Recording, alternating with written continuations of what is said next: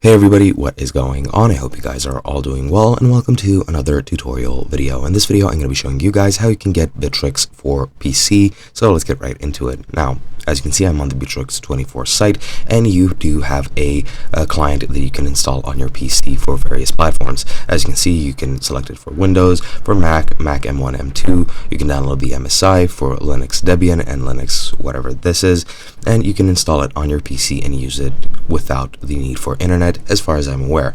Now, to install it on your computer, just click on the platform that you need, then just download that exe file for the install, and once that downloads, you're going to want to run it. Now, as you can see, it is downloading a bit slowly for me. I'm not sure why. It is 192 gigabytes or megabytes in size, so keep that in mind, but it should download in pretty much no time, depending on your internet connection, of course.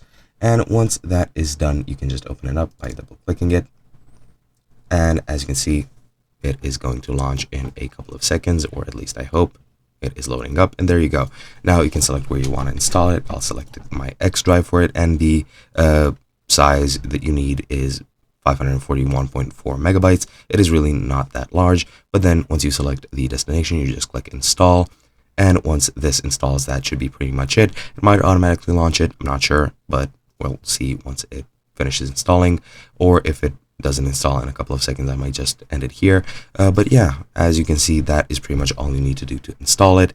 It is just installing it right now, but once that's finished, you'll have the client on your PC. You can just launch it, log into your account, and start working from there. And that is pretty much it. Okay, now it's gonna finish in a couple of seconds, so let's wait a couple of seconds. And yeah, as you can see, you can run it immediately if you want. I won't.